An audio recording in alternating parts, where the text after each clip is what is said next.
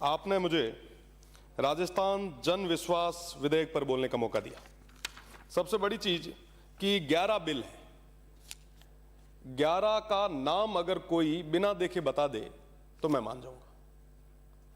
जैसा कि पूर्व में भी लगभग सारे माननीय सदस्यों ने कहा कि अलग अलग विभागों के ये बिल हैं।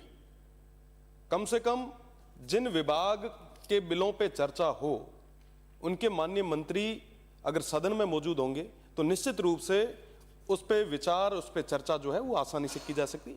सभापति महोदय, मेरा निवेदन है कि इससे संबंधित जितने भी अधिकारी और माननीय मंत्री हैं उनके लिए भी आप विशेष कर ये करें। मेरा निवेदन है कि आप एक बिल लाए हैं, राजस्थान अभिद्रत अधिनियम, पेड़ काटने का जुर्माना आपने पहली किस्त में 1000 रुपये किया है, दूसरी किस्त में 2000 किया है। आप आगे से आगे बढ़ाते जाएंगे। एक तरफ हम बात कर रहे हैं कि साहब हम हरियाणा राजस्थान कर रहे हैं, पेड़ नहीं कटने देंगे, दूसरी तरफ हम इस तरीके से मल्टीनेशनल और बड़े बड़े लोगों के लिए हम कॉरिडोर खोल रहे हैं। आज के समय में आम जन में विश्वास और अपराधियों में भय होना चाहिए, ये सभी की एक टैगलाइन है, राजस्थान पुलिस की टैगलाइन है। कानून व्यवस्था बनी रहे, अपराधियों में भय रहे। क्या आपको लगता है कि इन तमाम अधिनियमों में बदलाव करने से अपराधियों में भय रहेगा? पैसे वाला आदमी कहेगा कि साहब मैं तो अपराध करूंगा, पैसा दूंगा और छूट जाऊंगा। आप कैसे रोकोगे उसे?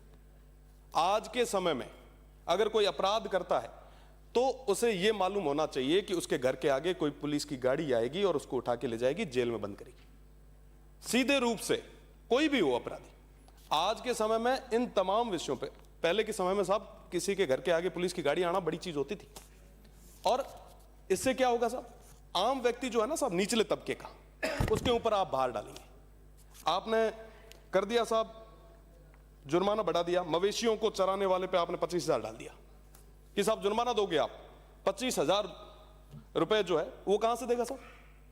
उसकी स्थिति नहीं है, वो मवेशी चरा के अपना जीवन यापन कर रहा है। मुझे लगता है कि इन तमाम विषयों पे वापस चर्चा करने की जरूरत है। कई विषय ऐसे हैं, कई डिपार्टमेंट ऐसे हैं जिनमें ये जो जुर्माना है ये ठीक है, पर कई सारे डिपार्टमेंट ऐसे हैं जिन पे धरातल की जानकारी के बिना इस तरीके से लाना कहीं ना कहीं आम जनता के साथ कुठाराघात है। आज के समय में सीधे रूप से अपराधियों में किसी भी तरीके का कोई भय रहा नहीं। एक ही भय होता साहब, वो है जेल का। आज के समय में 302 अगर किसी पे लगती है और किसी को लगता है कि भाई कैसे भी करके 307 करवा सकता हूं, तो वो हर संभव प्रयास करेगा, क्योंकि अपराध और साथ में सजा के अंदर वो छूट जाता है। सजा होनी बहुत ज्यादा जरूरी है साहब।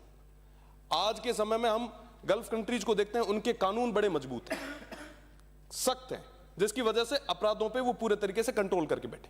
हमें भी जरूरत है कि हमारे जो कानून है, नियम कायदा है, उनके अंदर हम थोड़ा सा संशोधन करें। आपने पेड़ काटने की बात की, पेड़ों पे मैं वापस आऊंगा।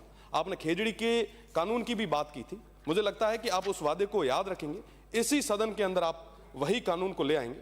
मेरा निवेदन है कि इन तमाम विषयों पे आप विचार करें और आम जनता को किस तरीके से हम मजबूत कर सकें। निचले तबके का ध्यान हमें रखना बहुत ज्यादा जरूरी है। माननीय मंत्री जी से मैं निवेदन करना चाहूंगा कि निचले तबके के वही लोग हैं जो आपको और हमें यहां भेजते हैं, वो जिनको आप खुश कर रहे हैं वो वोट देने भी नहीं जाते साहब। इन तमाम विषयों की ओर आप ध्यान दें, साथ ही साथ कानून व्यवस्था की, क्योंकि इन्होंने बात की है कि साहब इससे हम तमाम चीजों को सही करेंगे। नाम भी इन्होंने शास्ति किया है। मैं धन्यवाद देता हूं, आप नए नए प्रयोग कर रहे हैं, करने भी चाहिए, अच्छे प्रयोग है, पर निवेदन है कि हम किस तरीके से निचले तबके को मजबूत करें, इस और ध्यान दें। साथ ही साथ जालोर में भी एक जो मैंने विषय रखा था कि गणपत सिंह का हत्याकांड जो प्रकरण है, किस तरीके से, देखिए कानून की क्या हाल है। 500 से ज्यादा दिन हो गए उस प्रकरण का खुलासा नहीं हुआ है। आप देखेंगे कि 1 साल से ऊपर हो गया। 80 वर्षीय उनकी माताजी जो है वो दूसरी बार भूख हड़ताल पे बैठी। कई सारे ऐसे प्रकरण हैं।